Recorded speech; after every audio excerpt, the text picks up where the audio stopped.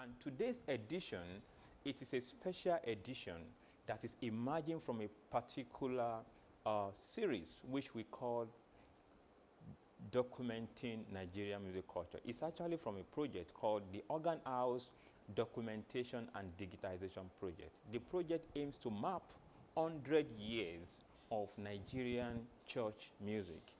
In this particular documentation and digitization series, we are having two series going on, by side. The first one is the organ discourse in Nigeria. Then the second is the discourse around Nigerian art music, or we can say African art music in Nigeria. And this also entails the focus, one of the issues in this African art music discourse or series is issues of Yoruba native air. The question is, what is Yoruba native air? What are they? Where are they performed? What are the compositional techniques? And how and where and when and are people performing it? What is the significance of these cultural spheres, and what does it contribute to our understanding of the entity or geographical location or the landscape called Nigeria within the entity called Africa and in the global discourse? And particularly, what is the role of Yoruba native air in contemporary Nigerian politics, economy, and particularly Pentecostalism, as well as Orthodox churches and praxis? Then the future, of course, how is it contributing to creative landscape, cultural and creative economy, and what is the potential of this particular culture for the future of gospel music, liturgy music, and music practice generally in the Christendom, we can say, or Nigerian church music ecosystem. So today again, I am happy to welcome Dr. Tolu Owoaje. Dr. Tolu Owoaje, welcome to the Organ House Concert and Seminar Series again. It's nice having you again, particularly building on the initial conversation. You are welcome, sir. Thank you very much, Dr. Ayorinde. Yes, sir. Very happy to be here. Thank you. Again, kindly introduce yourself for some of our colleagues and friends online who are joining us for the first time. Well, thank you very much for bringing me to the Organ House Seminar Series once again. My name is Tolu Owoaje. Well, I am a lecturer in music, and I happen to have grown up in a musical family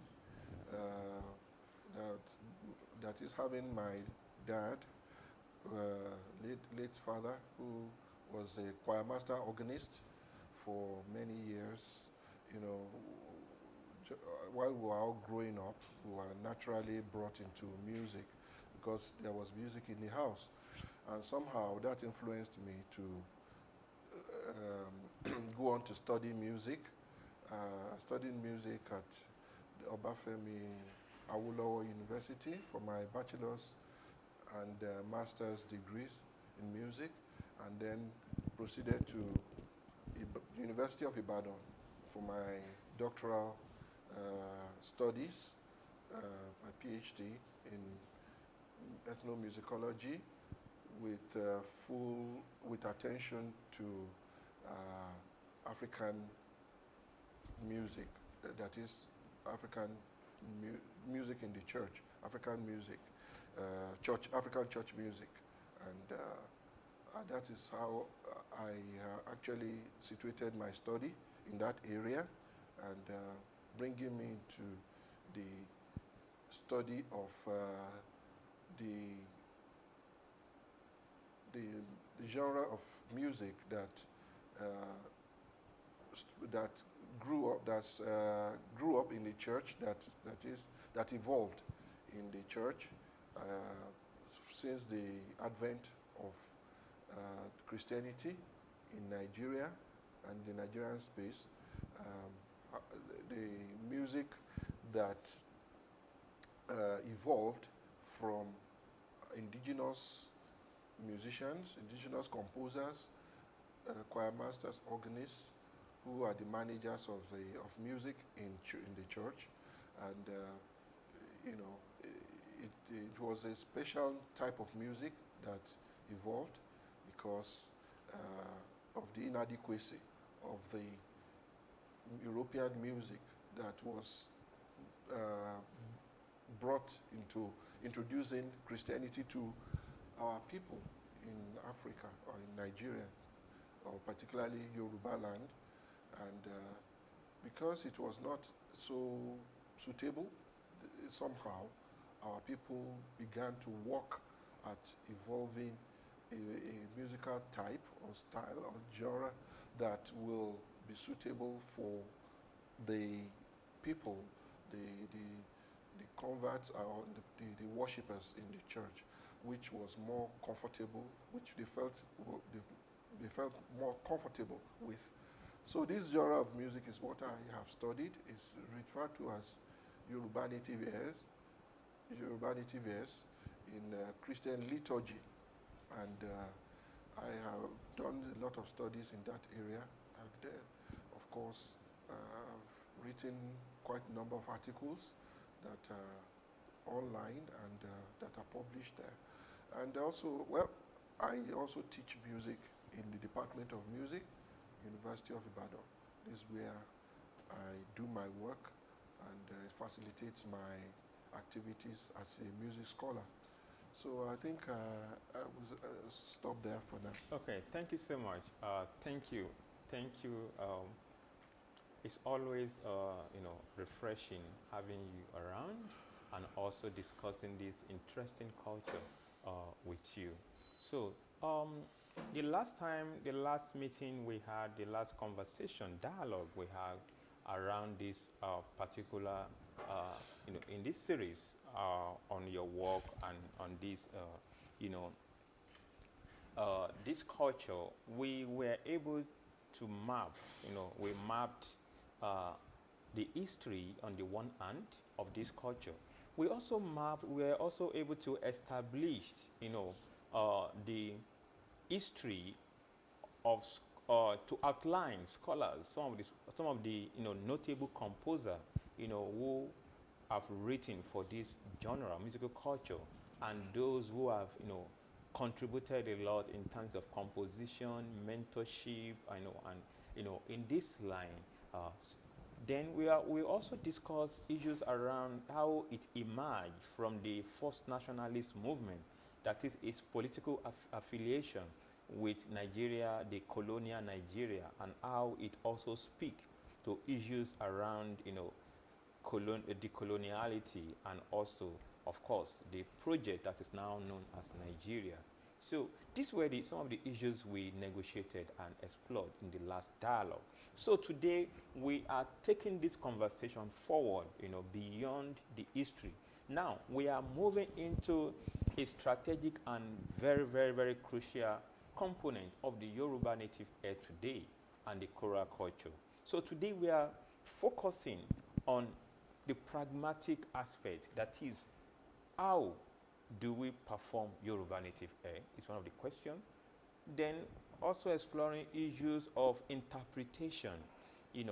How do we interpret it? How do they sound? So these are the things we are going to explore together today. And again, I'm happy we have the right person to discuss this with us, which is Dr. Tolu Owoaje. Not just because he has studied Yoruba native air, he's also a long-standing, established, and authority in the areas of Nigerian choral tradition. In terms of practice, is there. So let's dive into the process. So, Dr. Owoaje, what is the performance? How will you explain to us, or take us into the performance culture? What are the components that shape the performance of Yoruba native air? Well, thank you very much. Like I said, Yoruba native airs is a danceable musical genre in which singing according to the tonal and rhythmic inflection of Yoruba text is accompanied by the organ or keyboard and drumming in the traditional Yoruba style. Yeah. I started by defining it again so that in order to refresh our memory, for us to know exactly what we are looking at. Yeah. Because there are all types of music, different types of music in the church today, but not all of them will fit into this definition. Definitely. So if you understand this definition, that is a danceable type of music which is put together in order to answer to the tonal inflectionary pattern of Yoruba speech, and also the rhythmic pattern of Yoruba music drumming. When I say Yoruba drumming, I mean traditional Yoruba drumming, because there are all types of Yoruba drumming now. And when I say that also, there are specific aspects of Yoruba drumming that I want to look at, because it uses specific type of drums and rhythm. So these are the, and then also in its intercultural nature, it uses the organ or the keyboard, that is the Western keyboard system. In terms of the music keyboard, it could be a piano, it could be an organ, it could be a keyboard, basic keyboard that we have now. And but initially it uses the traditional organs, which are the bellow organs, which you have to press the bellow and the bottom part of the instrument, and then it pumps air into the various compartments of the instrument to give the sound that while we depress the keys to make the music. So, of course, the pipe organ as well is included, and the other types of keyboards. So, and then, of course, the drumming and the dancing comes because of the rhythm that is made, the rhythmic style of the music. These are progenitors in this music type. They devised it, it evolved through them in order to answer to a specific problem that they encountered with the European type of church music, which was the European hymns that did not follow any tonal inflectionary pattern, and it was making nonsense of the meaning of Yoruba words. So, in order to correct this music was brought on board. So, having said that, the nature of this music is such that it uses melodies in specific ways. It uses rhythm in specific ways. It uses harmony, which is you can say it's another intercultural aspect of it. The Western functional harmony is employed, but not in the general universal form that we know the Western functional harmony. Initially it was not. Can I interrupt you a bit on that? We are coming back to that. The melodical form, melodical nuances, harmonic nuances. Let's dwell a bit on the instrumentation. Do you have the instrument? Can we just see them? Because I think that is very important. Particularly, we're talking about the early organ, the bellow organ. And can we display that and see? Okay. Oh, well, I'm glad we have it.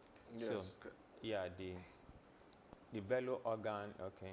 Yes. Yes.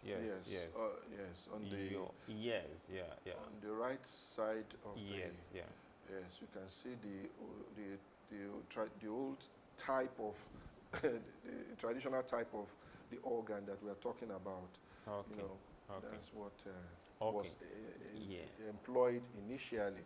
Yeah. Then we have the sets of also. drums. Yes, you Akuba have drums. the Akuba drums. You know, the Akuba drums usually. Sometimes is you have yours as a bass drum and a tom. Those are for people, the people that I knew who played these drums many years, decades ago. The two other drums, aside from the biggest one, which is the bass drum, they used to call them tom tom. You know, that means there's a higher tom and there's a lower tom. Yes. Okay. So, well, they have devised those words, tom tom, Okay. you know, Tom-tom. to describe To the describe drums. the Yes, sound. Okay. the sound, the Akuba drums. Yes. Then the clef, the wooden clappers. Yes, the clefs, the wooden clappers is used for timeline, Okay. to maintain timeline, as well as the agogo, the metal gong is also used, and then the shekere it also is used. These are the idiophones in the setup. You know, the clapper, the agogo, and then the shekere. Those are the rhythm keepers. They keep the tempo, and then they're not the timeline. They keep the tempo. Oh. The tempo is very crucial in Yoruba native ears. Wow. A lot of people don't know that. They just, of course, they wander into it because maybe of lack of knowledge. But tempo is critical in Yoruba native ears. Wow. You know, according to the way it was enunciated, it evolved. You know, the practitioners, the prominent practitioners of native ears were very particular about the tempo that the music was performed in. Now, one thing about this tempo thing, I think I'm happy that you are bringing up issues, you know, of tempo. Now, as we all know, in the musical discourse, particularly in the mainstream musical discourse, the issues around tempo, timeline, metrics, are always, you know, as always, these ideas has always generated, you know, heated debate among, even within Africans or amongst African scholars, who many of who have contended that no, it should be this way, while others are saying otherwise. You know, then the question for me, before I will ask for if you can have a video clip, but before that, what is your idea of what would be the idea of tempo in Yoruba native air? Is it in the same sense of what we have in playing on organ, in the Nigerian organ playing, different varieties or approaches we have? Is it the same sense? Let's say the tempo in playing one song in Yoruba native air, can we compare it to the same tempo we are keeping, or the idea of tempo when we play the Western hymn tune, like let's say Sajina or Hedgeway, all those tunes? Actually, from my own understanding of hymns, I have discovered that hymn is the issue of tempo is very critical to even playing Western hymns. Okay. A lot of our choir organists or choir masters who conduct and play the organ, you know, to lead the congregation, to lead the choir and the congregation in hymns, they are not even aware of the fact that every hymn comes with a very appropriate tempo. Okay. Yes. One of the things I discover is that if someone is not knowledgeable to that extent, and as an organist, and you raise or you know introduce a piece of hymn, a song or a hymn, if you introduce it in the wrong tempo, it's like usually for me the music is dead on arrival. You know, it won't flow properly, and then it may drag, or it may be too fast. Wow. And once you are playing it, it just totally throws the music into a frenzy or some inappropriate drag that it is the life of a music. Part of it is the tempo. Yes. And of course, the understanding or the phrasing. Tempo and phrasing are critical to music. Do we have perhaps video examples to at least to get into this tempo idea? Okay, can we have one of the examples that Yeah, exactly. Emi Oyin Oluwa by Jibola Oluyelu of the CAC Yaba, Christ Apostolic Church Yaba. Okay. Okay.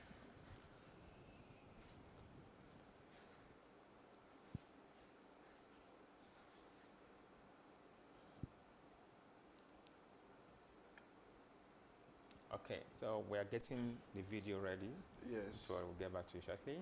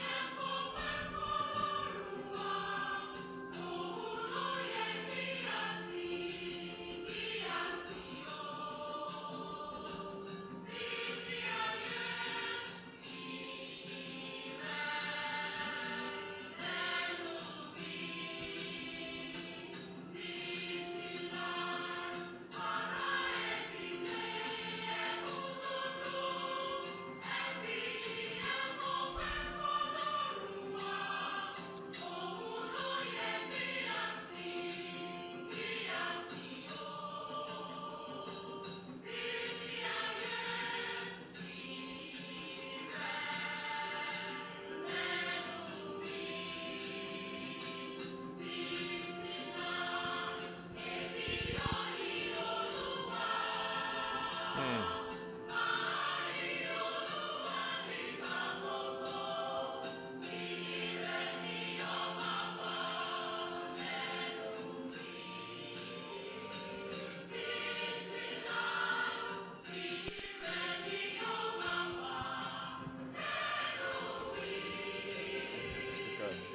Okay. Okay.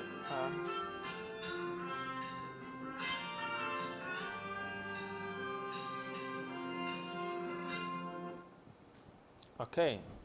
I think this is quite interesting and fascinating also.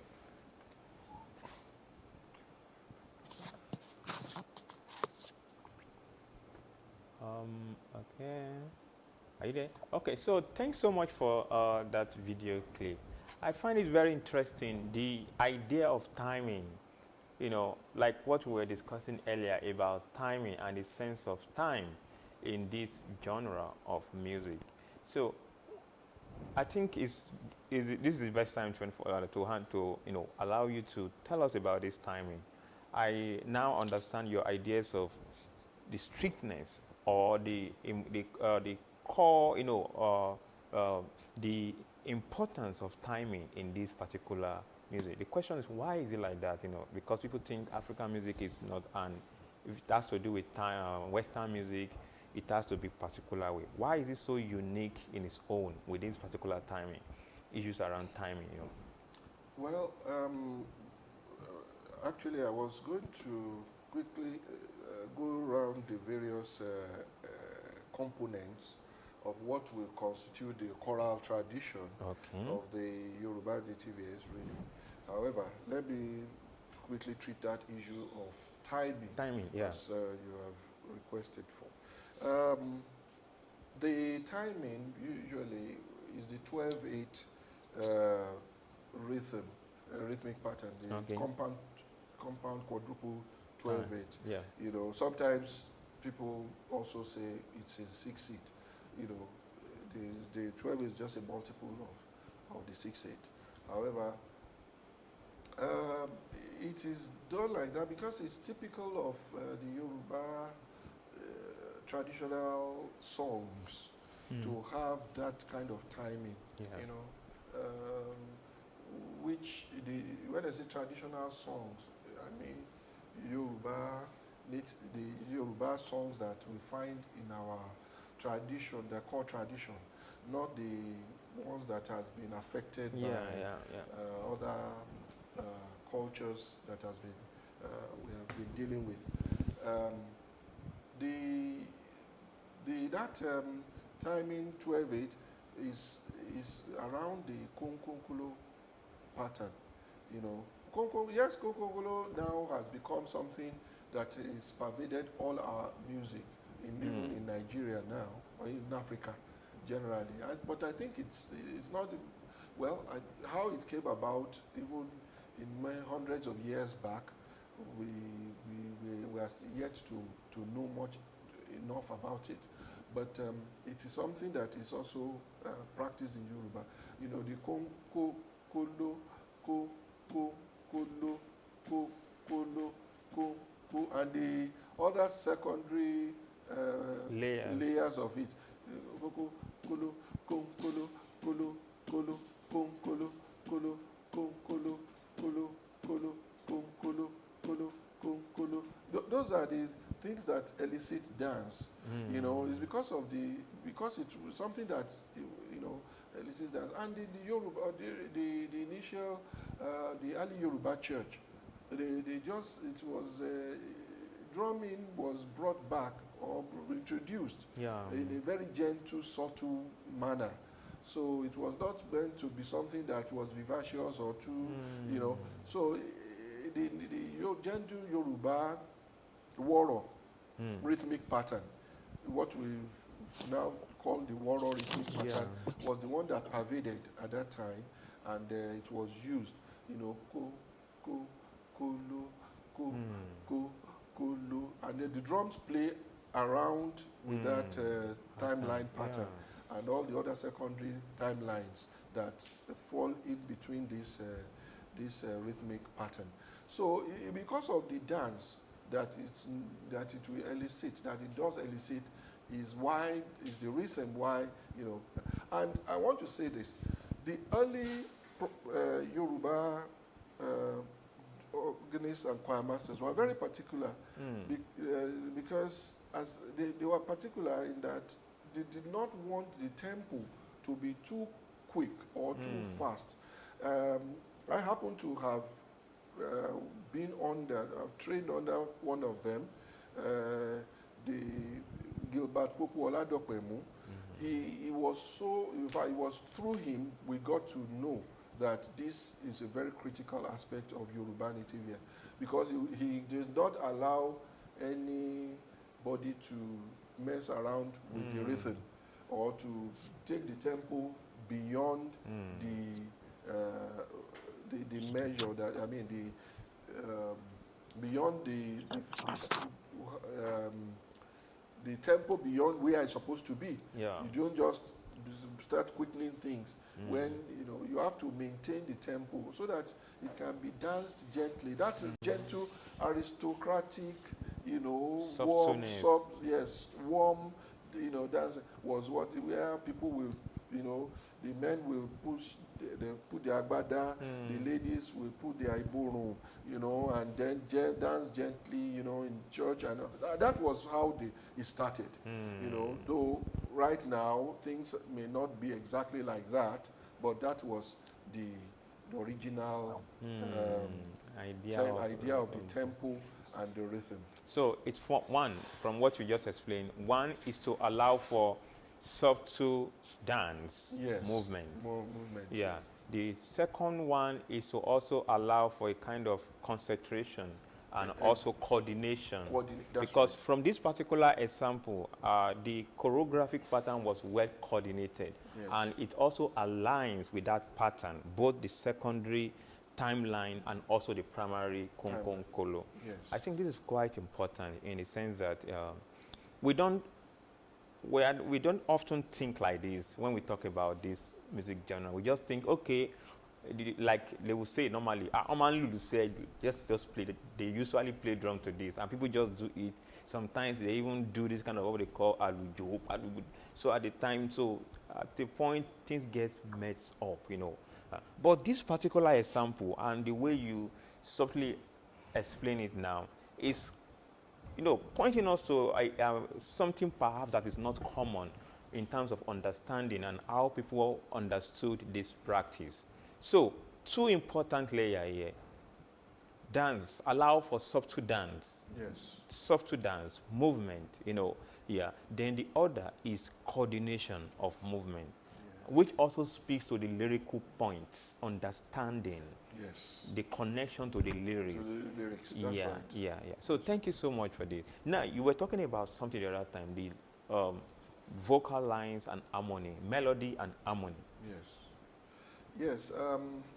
The the melody, of course, we have spoken about that. That is, it followed the pentatonic, mostly, predominantly the pentatonic notes. You know, those are the notes that that's the scale that the melodies usually follow, which helps to be able to establish the Yoruba speech tone patterns, you know, and to make sure that you are not committing errors that was being they were trying to erase, you know. That is, Yoruba's speech tone was maintained, and the meaningfulness of Yoruba is being promoted. So that's in terms of the melodies, you have that. And then let me see. I want to. Yes, I've seen it. Yeah, we are there now. Predominantly, for example, Rere Nikamashi that I cited here by Pope Gilbert Popo Oladopemu, who's commonly was popularly called Pope Dopemu. Rere Nikamashi, Arami Ode Nikamashi. Iwa ká ṣe pẹ̀lẹ́ pẹ̀lẹ́ rere ni ká máa ṣe. Okay, you can see practically most of it went through the pentatonic, of course, and the melody is maintained that way. And then, of course, if you, for example, any kind of láti ṣe ìrànlọ́wọ́ fún ẹnikẹ́ni tí wọ́n bá ní bàbá Olúdé etí ọlá Olúdé bá ti ṣe ìrànlọ́wọ́ fún òun náà lẹ́yìn kejì rẹ̀ rántí rẹ̀ tọ́jú rẹ̀. So it's he also they maintain that pentatonic. However, then the rhythm, of course, I've spoken about the rhythm. Then the harmonic coloration of the Western four-part harmony, functional harmony, based on simple diatonic. Okay, let me show the. Okay, Western four-part harmony based on simple diatonic harmonic progression with predominant use of chords of the primary triads, that is chords 1, 4, and 5. Then interspersing of harmonic singing with unisonal singing, especially in passages that require call and response. That's a very, each of these points that I'm mentioning, they are actually, I wish I could really find time to demonstrate them. Parallelism is prevalent in the three upper parts with occasional deviations. Then repetition of tonic in the bass part, representing a form of pedal point, while the three upper parts are moving. Then there's also wide interval leaps of fourth, fifth, and octaves in the bass part. The upper parts move in kind of parallel motion, mostly in order to support the speech tone pattern that is being maintained in the soprano or the treble, that is carrying the melody. So the other part, the alto and the tenor, they move in relatively parallel harmony in order to support the melody. But the bass sometimes, of course, mostly uses a lot of tonic pedal point, and then tonic dominant pedal point, and also sometimes, of course, have to do a bit of leaps in fourth, fifth, and octaves from time to time. We just need to, these are very technical aspects of it, and there are other things, like, for example, you discover that in the Western functional harmony, you see at cadential point, particularly perfect cadence, you have the leading notes leading to the tonic. Okay. Ti, do, usually that's the rule that of course, the leading note should always ascend to the tonic. However, in the case of the Yoruba native ears, you have the leading note descending to the dominant T, so particularly in either the alto line. Yeah, I heard that in that particular video. Yes, yeah, of course. So these are some of the peculiar things that the native ears has to itself. Yes, it uses a tonal functional harmony, but it has some peculiarities in the way the functional harmonies are employed, or deployed. So you need to understand how, and it follows the way our the nuances of our speech tone pattern. Let me give you, for example, if you want to say a cadential point of Olodumare, for example, let me just demonstrate.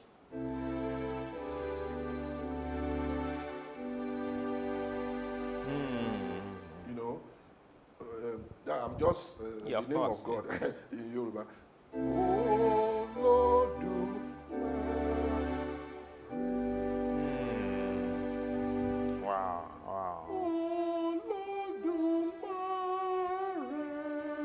That's what the alto is saying. Yeah. Tenor is saying, Olodumare.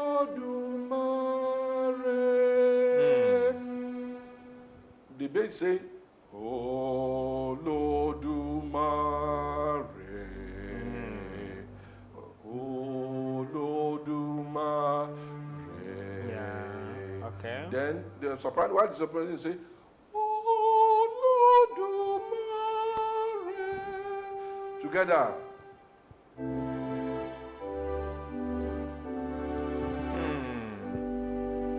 Wow.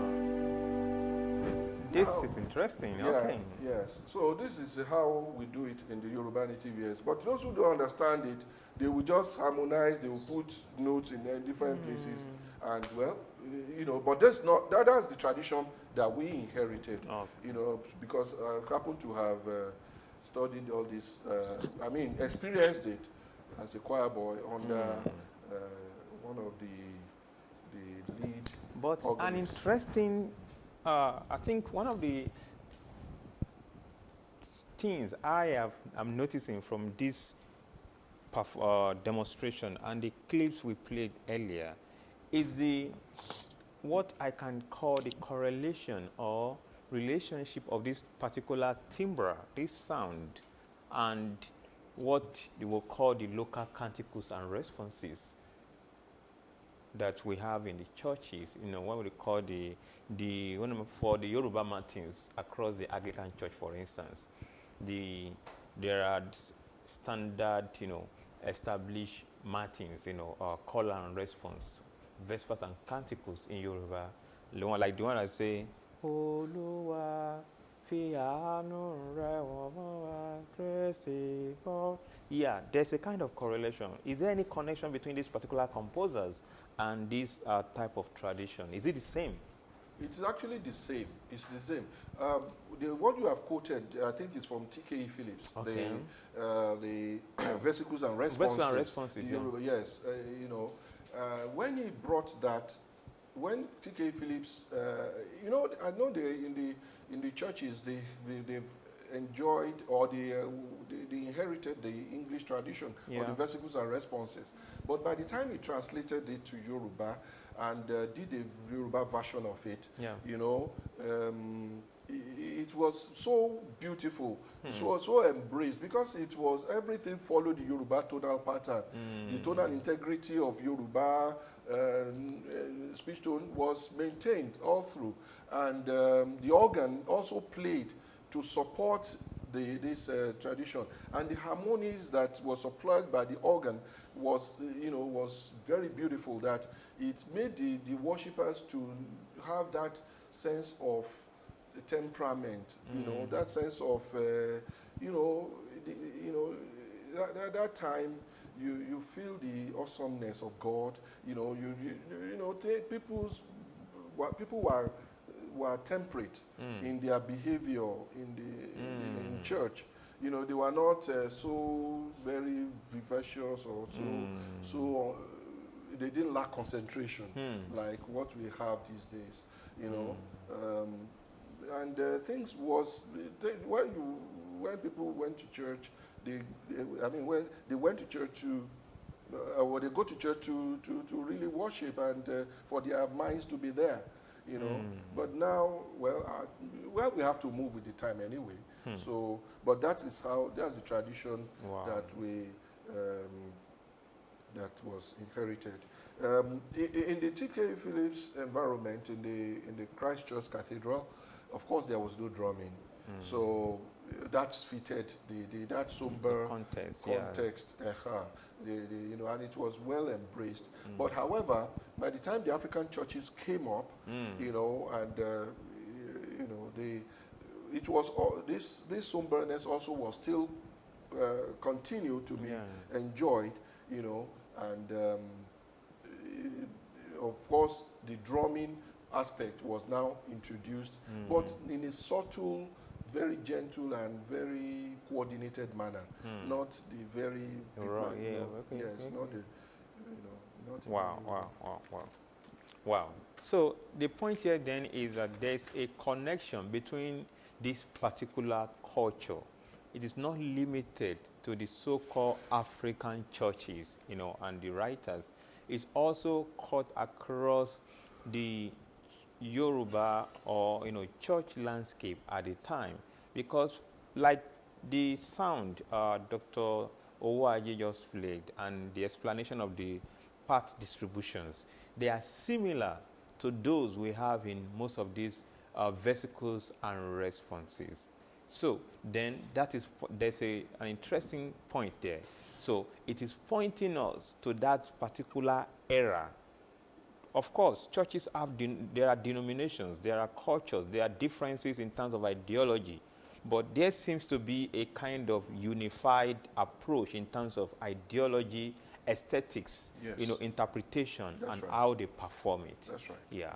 So then, the next point then we might also want to explore further is what I would say the melodic line now, the melodics now. Are these melodies composed or they are based on initial folk songs? Well, if you music generally is something that comes out of people's in different ways. Sometimes we generate it, composed by inspiration. Sometimes something is happening, to someone, and the person just it uses it to compose and everything. However, when the Yoruba native composers decided to bring together their thoughts, they said that, look, we want to make sure we compose music according to Yoruba traditional style and Yoruba the Yoruba meaningful words of Yoruba, such that our melodies will follow the way we speak, because Yorubas sing or make music the way they talk. And so in order so they were very particular about it, and of course they were very, for example, Ẹ Jẹ́ Ká Jùmọ̀ Fọpẹ́ Fọlọ́run by Eke Ajisafe, was trying to put that in. Ẹ jẹ́ ká jùmọ̀ fọpẹ́ fọlọ́run, orin ìyìn àtọpẹ́ ló yẹ wá, ìyanu ní fẹ́rẹ̀ sí gbogbo wa, ẹ kọrin ìyìn sọ́ba olóore wa, hallelujah, ògo ni fọlọ́run, ká fijó fi ìlù yìn Ọlọ́run wa, alààyè ni ó yìn ọ́ bó ti yẹ, hallelujah, ògo ni fọlọ́run. Dọ̀pẹ̀mú, in composing a similar song, he said, torin tìjó tìlù ẹ̀yin bàbá, bàbá ṣeun fún wa o. Torin tìjó tìlù ẹ̀yin bàbá, bàbá ṣeun fún wa o. Ó ṣeun fún wa lọ́pọ̀lọpọ̀, ẹ fi ọpẹ́ fún Olúwa, ẹ hó yè ẹ̀yin bàbá Olódùmarè. That's where that cadence came from. Olódùmarè, that the one that played the other time. Ẹ hó yè. You see, yes, we will play music, somebody will be, in a very nice danceable, aristocratic, gentle movement. But let us express ourselves in boisterousness. Ẹ̀yin bàbá Olódùmarè. Torin tìjó tìlù ẹ̀yin bàbá. And you see, one of the things, in this harmony, Western, I said 4-part harmony based on simple diatonic harmonies, progression and predominant use of chords of the primary triads. The second point, interspersing of harmonic singing with unisono singing, especially in passages that require call and response. For example, torin tìjó tìlù ẹ̀yin bàbá.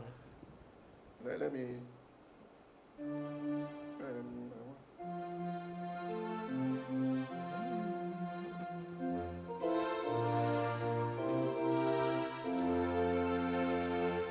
Torin tìjó tìlù bàbá.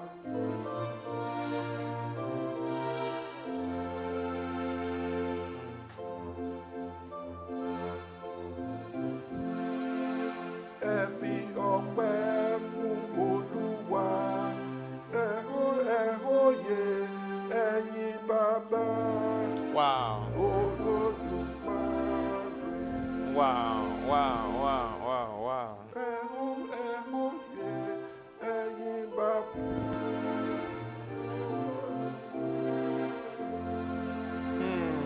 You know? Wow, this is organic. Okay.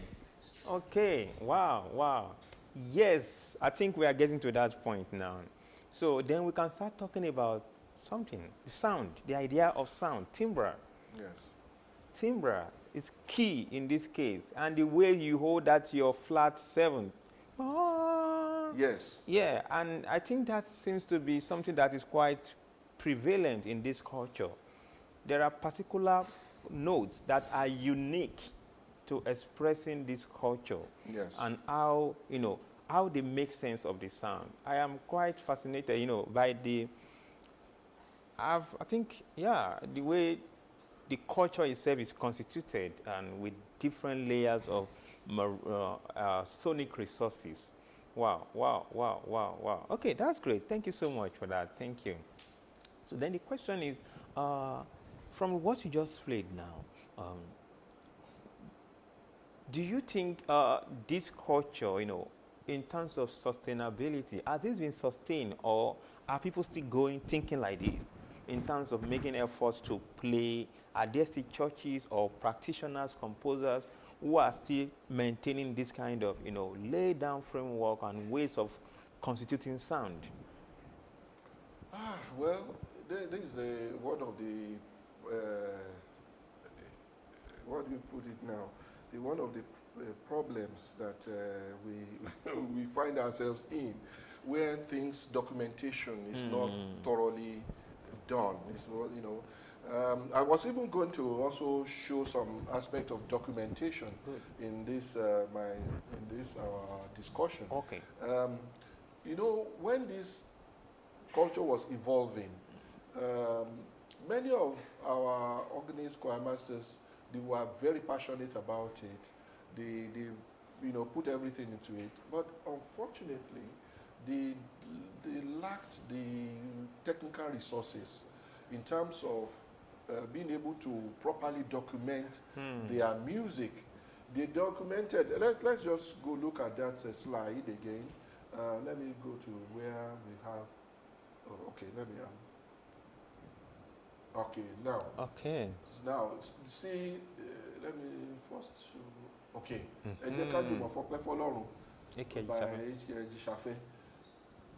At best, they were most of them were able to write in their handwriting the solfa notation, just the melody. We should actually salute them for being able to do that. At least they were able to put something down. Yeah.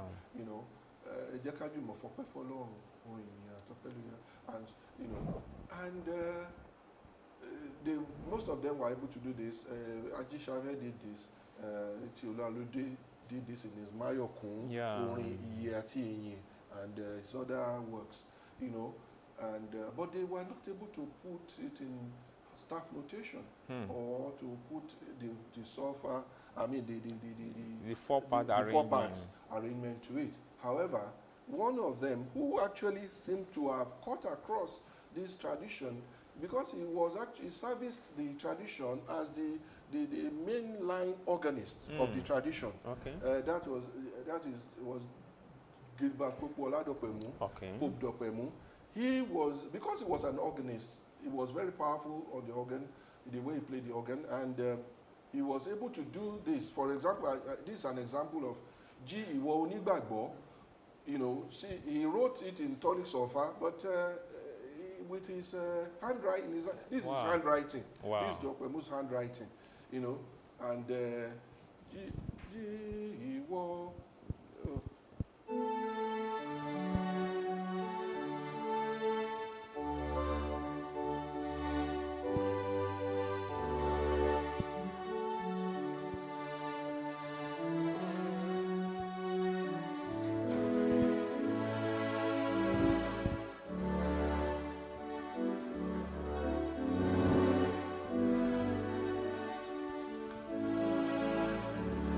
Now, G, it started in unison. You see, the way they craft this music in the native ears, they do a lot of unison harmony.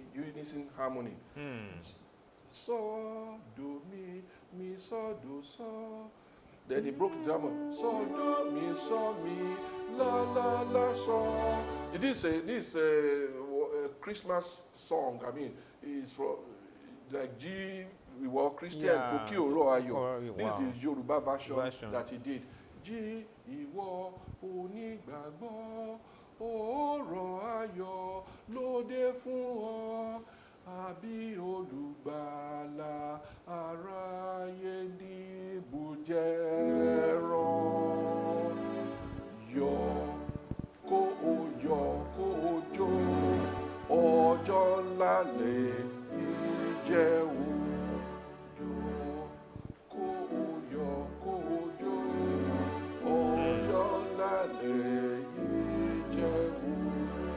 Wá ìwọ onígbàgbọ́, wólẹ̀ júbà wólẹ̀ túbà fọ́ba, tàbí nípò rẹ̀lẹ̀ fáráyé níbùjẹ́ ẹran. Yọ̀ kó o jó, ọjọ́ ńlá lèyí jẹ́ o. Gbọ́ ìwọ onígbàgbọ́, gbóhùn sókè kó dún dọ́run, ká jó ká yọ̀ ṣẹ̀ṣẹ̀, ká dúpẹ́ ká fò ká kọrin. Yọ̀ kó o jó, ọjọ́ ńlá lèyí jẹ́ o. Jó ìwọ, and so on. Wow. This Beautiful. is And with the drumming, supporting this, the Akuba drums.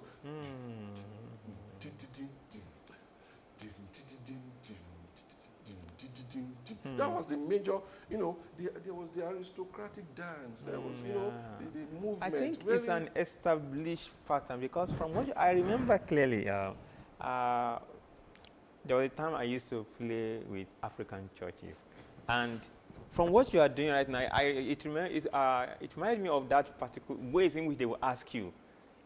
They understand how it should sound. Yes. This way.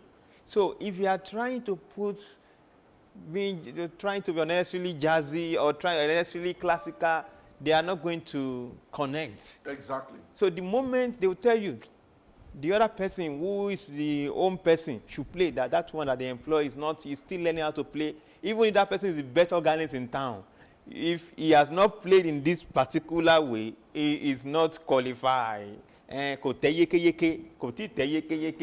see, you see, this is quite important. Then this is something we take for granted, I think. Yeah, this is an established culture that people hardly, we commonize them, I think.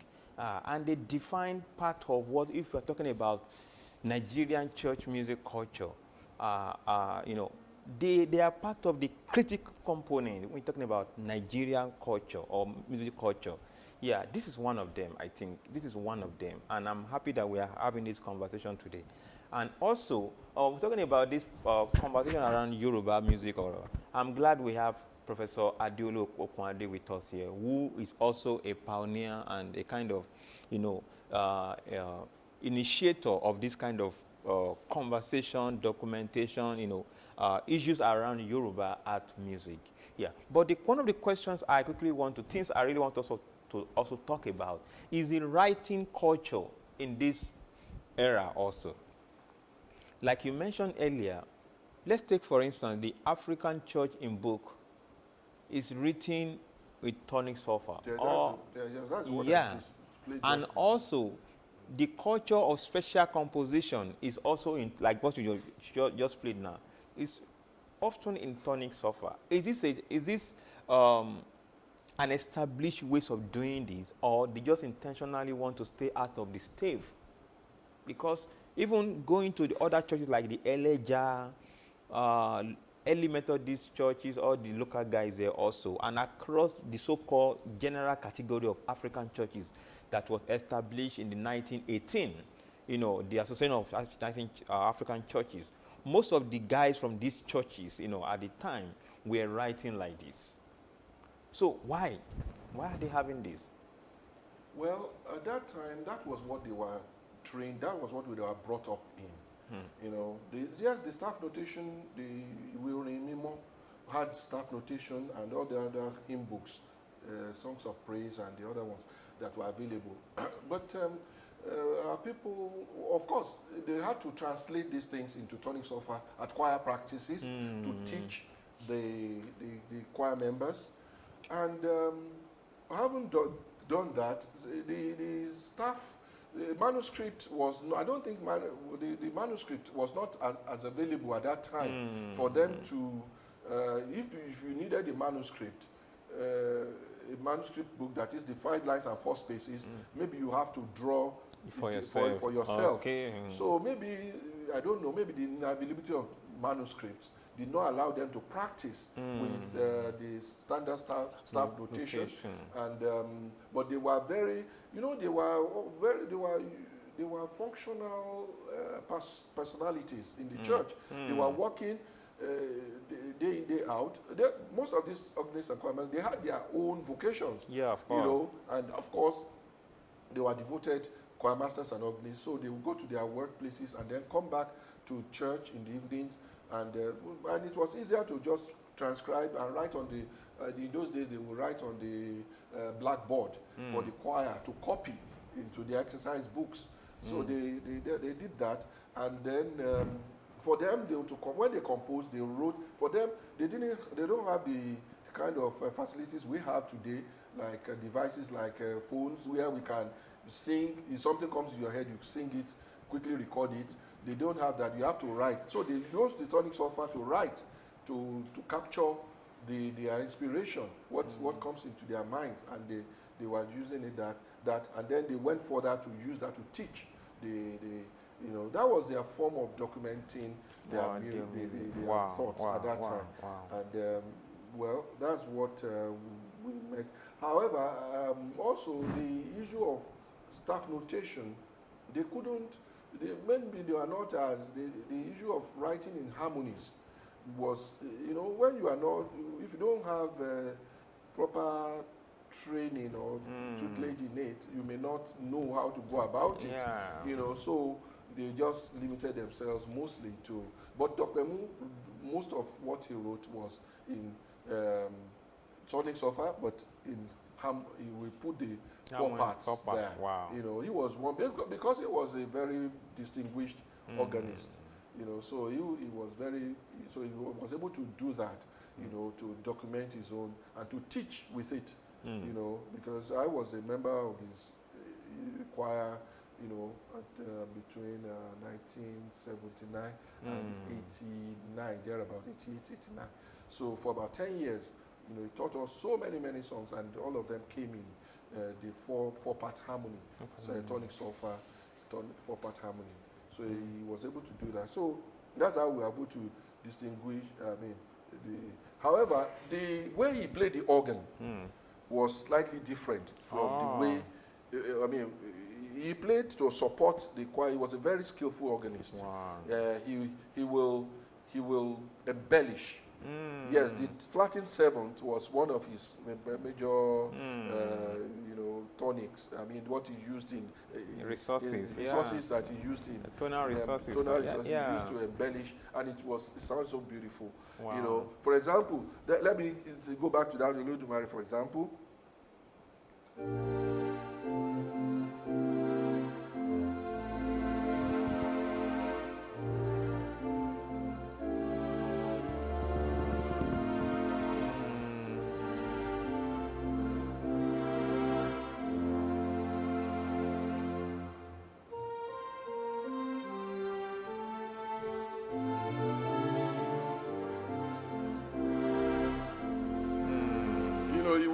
Chords that are very, he embellished most of what he played, and very beautiful,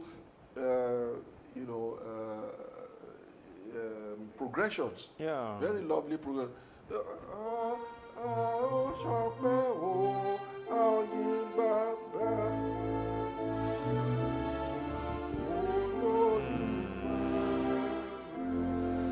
Perhaps he was more, yeah, yeah.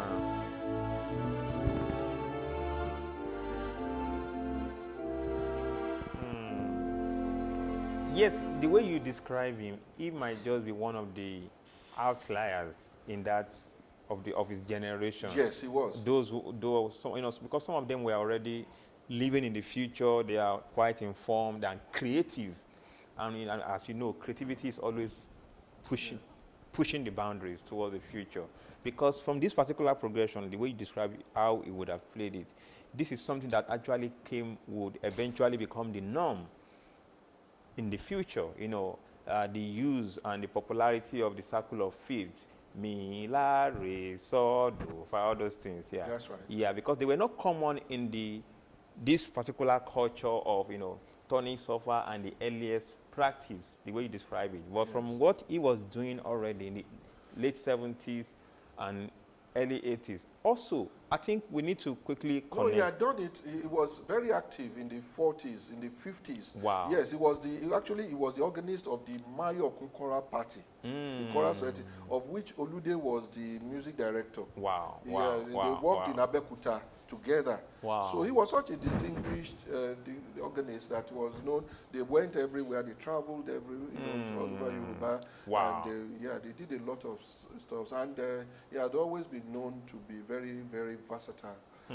So up till the 80s, that I knew late 70s, 80s, that I came across him, he had been proclaimed. In fact, I was in a music competition around 1974, 75, in the Bethel Church. It held at Bethel Broad Street. Yeah. Yes, he won the first prize in all the categories. There were 3 categories of different churches: the Pentecostals, the white, was it the white?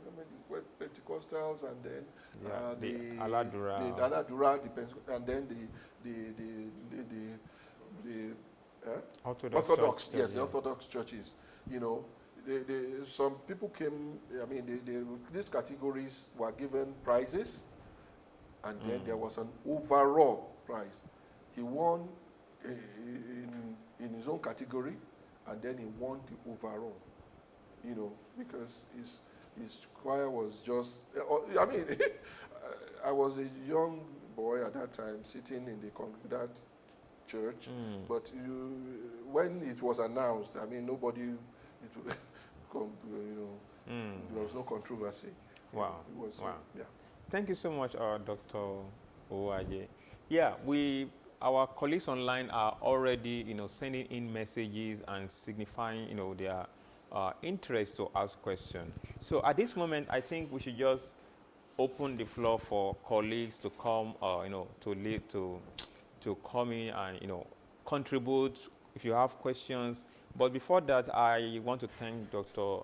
Tolu Owoaje for this insightful presentation. So today we started from the melodic, from the overall performance, nuances, like in terms of performing culture. So we started from the ideas around timing, the importance of timing. I'm talking about timeline, how the uniqueness of timing in this particular culture. Then we'll move into, following the examples given, we moved into the, characteristics, the nuances like melodic structures and characters, dynamics, then also into the harmonic layers, from different, and we are also lucky, of course, it demonstrated all these nuances for us today. And also the last part of it is the documenting principles, which tonic software was the predominant ways of writing things, or documenting creativity at the time. And we're happy that we still have some of these materials today. So at this moment, I think it would be nice for us to just open the floor and engage with some of us who have been waiting to ask questions. So, colleagues online, if you have questions, kindly signify by using the emojis there for raising your hand, and also you are free to ask questions, contributions, and what you think. Particularly, I've seen somebody asking, pointing towards contemporary practice. So this is the time for us to have that. Please kindly ask your question. Tell us your name and ask your question. Thank you so much.